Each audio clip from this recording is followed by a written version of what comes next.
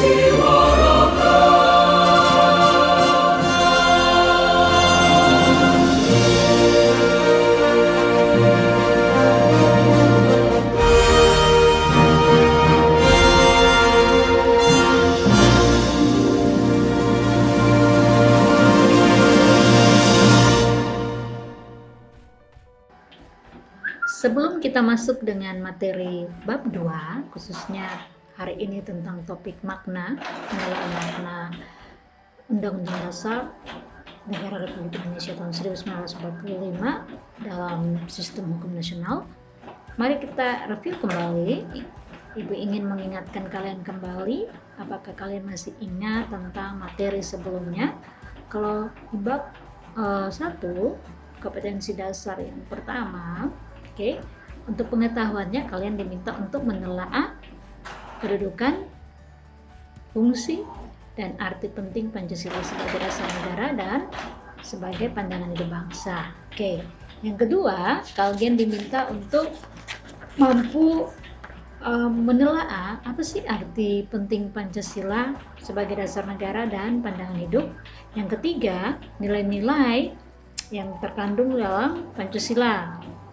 sebagai dasar negara dan Pancasila sebagai pandangan hidup. Dan yang terakhir di pertemuan ketiga kemarin yaitu bagaimana kalian itu bisa membiasakan diri berperilaku yang sesuai dengan nilai-nilai Pancasila dalam segala aspek kehidupan dalam kehidupan sehari-hari. Oke. Nah, itu adalah review materi yang kemarin terkait dengan materi bab 1. Oke, mari kita lanjutkan dengan materi bab 2 di pertemuan yang pertama ini, yaitu menelaah makna Undang-Undang Dasar Negara Republik Indonesia tahun 1945 dalam sistem hukum nasional. Baiklah anak-anak, mari kita simak bersama materi yang ingin Ibu sampaikan dan semoga materi ini bermanfaat bagi anak-anak sekalian sehingga kita sebagai warga negara yang baik kita mampu dan mengerti materi yang Ibu bawakan ini, terlebih kita mampu melaksanakannya dalam kehidupan sehari-hari. Baik anak-anak, sesuai dengan topik kita hari ini yaitu makna Undang-Undang Dasar Negara Republik Indonesia tahun 1945 dalam sistem hukum nasional, maka mari kita simak bersama materi berikut ini. Oke, masih ingatkah kalian tentang hasil sidang PPKI pada tanggal 18 Agustus 1945? Oke, jika masih ingat, maka dalam hasil keputusan sidang tersebut ada 3 hal yang diputuskan. Oke, pertama, menetapkan Undang-Undang Dasar 1945. Yang kedua, memilih presiden dan wakil presiden, yaitu Insinyur Soekarno dan wakilnya yaitu Muhammad Hatta. Yang ketiga, membentuk Komite Nasional Indonesia Pusat. Salah satu keputusan sidang PPKI adalah mengesahkan Undang-Undang Dasar 1945. Lalu, apa sih yang dimaksud dengan Undang-Undang Dasar 1945? Oke, para ahli menyebut Undang-Undang Dasar dengan istilah konstitusi. Konstitusi berasal dari bahasa Inggris. Bahasa Inggrisnya konstitusi yaitu constitution. Atau dalam bahasa Belanda konstitut. Yang artinya apa? Undang-undang dasar atau hukum dasar. Orang Jerman dan orang Belanda dalam percakapan sehari-hari menggunakan kata Grondwet yang berasal dari suku kata grond yaitu dasar dan wet yaitu undang-undang. Yang kedua-duanya menunjukkan pada satu naskah tertulis. Konstitusi merupakan suatu pernyataan mengenai bentuk dan susunan suatu negara yang dipersiapkan sebelum atau sesudah negara yang bersangkutan berdiri.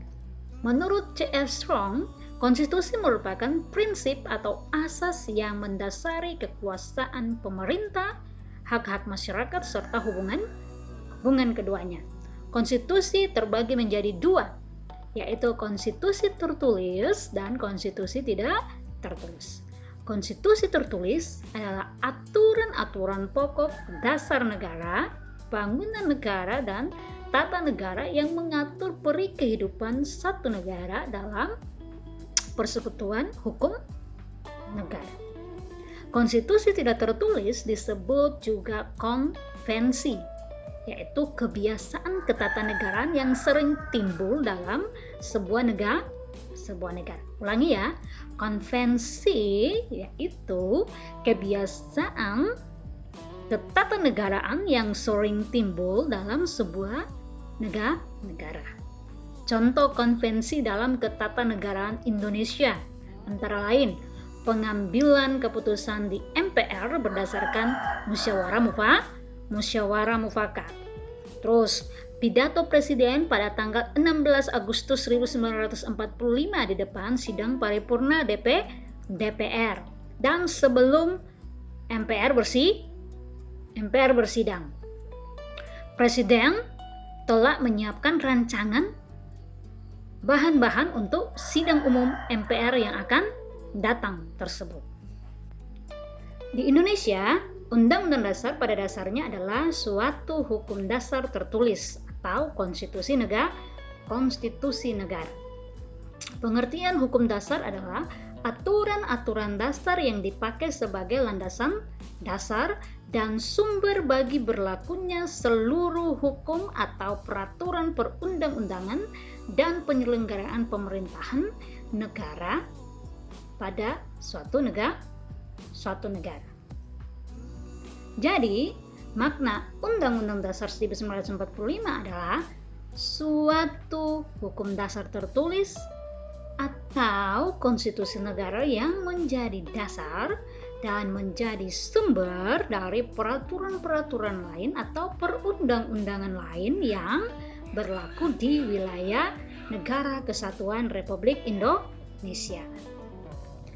Undang-Undang Dasar 1945 yang ditetapkan PPKI tanggal 18 Agustus 1945 merupakan sebuah naskah yang meliputi pembukaan yang terdiri dari 4 alinea, batang tubuh yang terdiri dari 16 bab, 37 pasal, 4 pasal aturan peralihan, dan 2 ayat aturan tambahan. Oke, mari kita lihat satu-satu. Apa sih makna dari naskah tersebut? Oke, yang pertama makna dulu dari alinea pembukaan Undang-Undang Dasar 1945. Oke, makna yang pertama yaitu menjadi sumber motivasi, aspirasi, serta tekad perjuangan bangsa Indonesia. Oke, yang pertama tadi menjadi sumber motivasi, dorongan ya. Oke, menjadi aspirasi serta tekad perjuangan bangsa Indonesia. Yang kedua, menjadi sumber cita hukum dan moral yang ditegakkan baik dalam lingkup nasional maupun dalam lingkup dunia. Oke, jadi nasional maupun di dunia. Oke, yang ketiga, mengandung nilai-nilai universal, yang dijunjung tinggi oleh seluruh bangsa di dunia. Yang keempat, makna dari alinea pembukaan yang keempat yaitu mengandung nilai-nilai yang mampu mengikuti dinamika masyarakat dan tetap menjadi landasan perjuangan bangsa dan negara Indonesia. Jadi ada 4 makna dari alinea pembukaan Undang-Undang Dasar Negara Republik Indonesia tahun 1945. Nanti diulangi lagi, disimak lagi 4 maknanya apa tadi dari alinea pembukaan Undang-Undang Dasar tersebut. Kita sekarang menuju ke pokok pikiran yang terkandung dalam pembukaan Undang-Undang Dasar 1945. Pokok pikirannya apa? Yang pertama, pokok pikiran yang pertama adalah persatuan. Kenapa persatuan? Karena negara Indonesia merupakan negara yang melindungi segenap bangsa Indonesia. Pokok pikiran pertama adalah persatuan. Negara Indonesia adalah negara yang melindungi segenap bangsa Indonesia. Pokok pikiran yang kedua adalah keadilan sosial. Maksudnya apa? Nah, maksudnya dari pokok pikiran ini yaitu negara Indonesia senantiasa berusaha mewujudkan keadilan bagi seluruh rakyat Indonesia. Nanti tinggal dikaitkan dengan silanya. Yang berikut sila Pancasila ya, maksudnya ya. Yang berikut adalah pokok pikiran yang ketiga adalah kedaulatan rakyat. Nah, kedaulatan rakyat ini maksudnya apa? Bahwa negara Indonesia adalah negara yang berkedaulatan rakyat yang berdasarkan kerakyatan dan kemusyawaratan perwakilan. Itu maksudnya. Yang keempat, ini 2 sila Pancasila digabung. Yaitu pokok pikiran yang keempat adalah ketuhanan dan kemanusiaan. Negara Indonesia merupakan negara yang berketuhanan yang Maha Esa dan berlandaskan kemanusiaan yang adil dan beradab. Oke, jadi ada 4 pokok pikiran yang terkandung dalam pembukaan Undang-Undang Dasar Negara Republik Indonesia tahun 1945. Oke, lanjut. Makna dari Undang-Undang Dasar atau Batang Tubuh. Oke. Nah, Undang-Undang Dasar atau Batang Tubuh merupakan perwujudan rincian dari pokok-pokok pikiran dari pembukaan tadi. Pembukaan Undang-Undang Dasar Negara Republik Indonesia tahun 1945. Nah, rinciannya dituang dalam pasal. Perwujudan perincian pokok-pokok pikiran tadi dibuat dalam bentuk pasal-pasal. Undang-Undang Dasar atau Batang Tubuh Negara Republik Indonesia tahun 1945 memiliki 2 materi. Materi yang pertama yaitu materi pengaturan sistem pemerintahan negara, peraturan sistem pemerintahan negara. Materi yang kedua yaitu materi hubungan negara dengan warga negara serta penduduknya. Adapun materi pengaturan sistem pemerintahan negara meliputi kedudukan, tugas, wewenang, dan hubungan antara lembaga negara. Ulangi ya. Adapun materi pengaturan sistem pemerintahan negara meliputi kedudukan, tugas, wewenang, dan hubungan antara lembaga negara. Sedangkan materi yang kedua tadi yaitu hubungan antara negara dengan warga negara dengan penduduknya, yaitu mencakup apa? Mencakup bidang, bidang politik, bidang sosial, bidang budaya, kerjaan HAM, dan untuk apa? Mencapai cita-cita nasional bangsa Indonesia. Nah, dinamakan Undang-Undang Dasar Negara Republik Indonesia tahun 1945 karena apa? Karena Undang-Undang Dasar tersebut disusun dan ditetapkan pada tahun 1945. Undang-Undang Dasar lain yang pernah dimiliki dan digunakan oleh bangsa Indonesia ada. Contoh, Undang-Undang Dasar tahun 1949, Konstitusi 1949 kan? Terus Undang-Undang Dasar 1950 atau Undang-Undang Dasar sementara 1950. Nah, Undang-Undang Dasar bukanlah hukum biasa, melainkan hukum dasar. Ingat baik-baik. Undang-Undang Dasar 1945 bukan hukum biasa, melainkan hukum dasar, aturan dasar. Sebagai hukum dasar, maka Undang-Undang Dasar merupakan sumber hukum atau sumber aturan. Setiap produk aturan atau setiap produk hukum seperti undang-undang, peraturan, atau keputusan pemerintah dan setiap tindakan kebijakan pemerintah haruslah berlandaskan dan bersumber pada peraturan yang lebih tinggi yang pada akhirnya dapat dipertanggungjawabkan pada ketentuan-ketentuan dalam Undang-Undang Dasar 1945.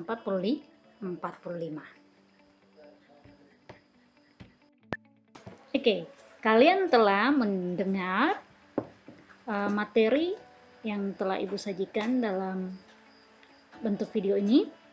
Nah, setelah kalian menyimak penjelasan materi di atas tentang makna Undang-Undang Dasar Negara Republik Indonesia tahun 1945 dalam sistem hukum nasional, silakan kalian menceritakan kembali hasil telaah kalian dalam bentuk video dengan durasi 2-5 menit.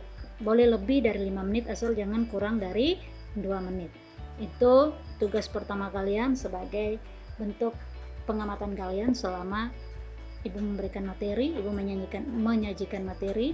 Ibu minta kalian ceritakan kembali apa yang sudah kalian dengar, apa yang sudah kalian simak dalam video materi yang Ibu berikan. Tugas pertama. Tugas kedua, Silakan jelaskan pertanyaan, satu saja pertanyaannya. Silakan jelaskan mengapa Undang-Undang Dasar Negara Republik Indonesia tahun 1945 disebut hukum tertulis dan hukum dasar. Kenapa? Oke, ulangi lagi penjelasannya. Jelaskan mengapa Undang-Undang Dasar Negara Republik Indonesia tahun 1945 disebut hukum tertulis dan hukum dasar. Silakan berikan penjelasan kalian terkait dengan dua tugas ini, dan setelah selesai membuat tugas ini, silakan kirimkan dalam classroom sesuai dengan kelasnya masing-masing. Oke, karena ada 10 kelas, Ibu minta silakan masukkan di classroom tugas ini. Hanya 2 tugas. Yang pertama buat video, ceritakan kembali tentang materi yang disajikan. Yang kedua, jelaskan satu pertanyaan dari Ibu, mengapa Undang-Undang Dasar Negara Republik Indonesia tahun 1945 disebut hukum tertulis dan hukum dasar. Oke, nah Ibu kira cukup sekian materi kita tentang makna Undang-Undang Dasar Negara Republik Indonesia tahun 1945 dalam sistem hukum nasional. Terima kasih karena kalian sudah menyimak apa yang telah Ibu sampaikan tadi. Dan jangan lupa untuk kerjakan tugas karena itu sangat penting, itu juga ada penilaiannya. Jadi Ibu harap tidak ada satupun dari kalian yang lalai dalam hal tersebut. Oke, Ibu kira cukup sekian untuk hari ini pertemuan terkait dengan makna Undang-Undang Dasar Negara Republik Indonesia tahun 1945 dalam sistem hukum nasional. Nanti untuk minggu berikutnya kita akan masuk dengan kedudukan dan fungsi dari Undang-Undang Dasar Negara Republik Indonesia tahun 1945 dalam sistem hukum nasional. Oke, itu untuk minggu berikutnya. Jadi selesaikanlah tugas kalian dalam minggu ini, karena minggu berikutnya kita sudah masuk dengan materi yang baru, yang tadi yang Ibu sudah sampaikan terkait dengan kedudukan dan fungsi dari Undang-Undang Dasar 1945. Oke, demikian materi hari ini. Terima kasih anak-anak karena telah menyimak. Salam sehat, salam sejahtera untuk kita semua, dan semoga pandemi ini secepatnya berlalu dan kita dapat berkumpul kembali di kelas. Oke, dadah.